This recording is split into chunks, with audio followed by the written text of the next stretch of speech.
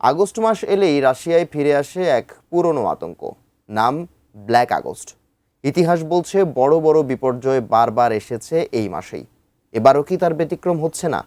যুদ্ধের চাপ, জ্বালানি সংকট, অর্থনৈতিক উদ্বেগ আর রাজনৈতিক অস্থিরতার মাঝেই নতুন প্রশ্ন উঠছে পুতিনের রাশিয়াকে ঘিরে।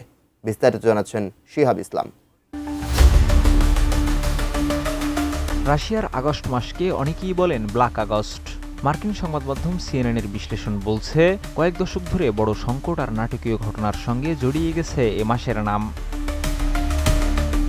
1991 সালের আগস্টে সোভিয়েত ইউনিয়নে ব্যর্থ অভ্যুত্থান ঘটে।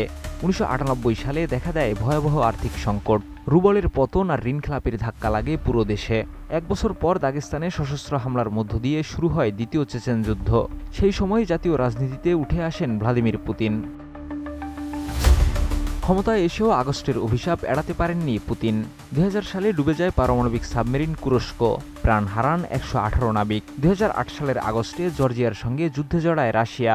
বিশ্বের সামনে স্পষ্ট হয়ে ওঠে ক্রেমলিনের নতুন কৌশল। এবারের আগস্টও সুক্কর যাচ্ছে না। সিএনএন বলছে, ইউক্রেন যুদ্ধে বড় অগ্রগতি নেই। উল্টো রাশিয়ার বিভিন্ন শহরে ড্রোন ও ক্ষেপণাস্ত্র হামলার প্রভাব বাড়ছে। তেল শোধনাগার, গুদাম এবং সরবরাহ কেন্দ্র লক্ষ্য করে হামলা চালাচ্ছে ইউক্রেন। কোয়ালিটি সম্পন্ন আন্তর্জাতিক মানের still bar CSRM, committed for better still. এসব হামলার কারণে জ্বালানি সরবরাহ চাপ তৈরি হয়েছে। অনেক এলাকায় পেট্রোল পাম্পে দীর্ঘ লাইন দেখা গেছে। নতুন করে সেনা সমাবেশ হতে পারে এমন গুঞ্জনও ছড়িয়েছে। এতে সাধারণ মানুষের উদ্বেগ বাড়ছে। নির্বাসিত রুশ বিশ্লেষক ইলিয়া ভার্লাম বলছেন, দেশে আবার জ্বালানি সংকট দেখা দিয়েছে, দাম বাড়ছে, রুবলের উপর চাপ বাড়ছে, সামনে নির্বাচন। সব মিলিয়ে মানুষের মধ্যে অনিশ্চয়তা তৈরি হয়েছে। রাশিয়ার একজন শীর্ষ অর্থনীতিবিদও সতর্কবার্তা দিয়েছেন। তার ভাষায়, দেশ সামাজিক সংকটের মুখে পড়ছে। প্রযুক্তি ও অর্থনীতিতে বৈশ্বিক প্রতিযোগিতায় পিছিয়ে যাচ্ছে মস্কো। দীর্ঘমেয়াদী যুদ্ধ চালিয়ে যাওয়া কঠিন হয়ে উঠতে পারে। তবে পুতিন ভিন্ন বার্তা দিচ্ছেন। অবকাঠামো উন্নয়ন নিয়ে এক অনুষ্ঠানে তিনি বলেন, ইউক্রেনের হামলায় ক্ষতি হয়েছে ঠিকই, কিন্তু তা কোনোভাবেই রাশিয়ার জন্য বড় ধরনের বিপর্যয় ডেকে আনবে না। ক্ষতিগ্রস্ত স্থাপনা আবারও গড়ে তোলা হবে বলে আশ্বাস দেন তিনি। একদিকে যুদ্ধের চাপ, অন্যদিকে অর্থনৈতিক উদ্বেগ। এর মধ্যেই ইউক্রেনের রাজনৈতিক বিতর্কও সামনে এসেছে। দেশটির সাবেক প্রতিরক্ষামন্ত্রী মিখাইলো ফেরদোভ যুদ্ধকালীন নির্বাচন আয়োজনের দাবি তুলেছেন। বিষয়টি নিয়ে নতুন আলোচনা শুরু হয়েছে কিয়েভে।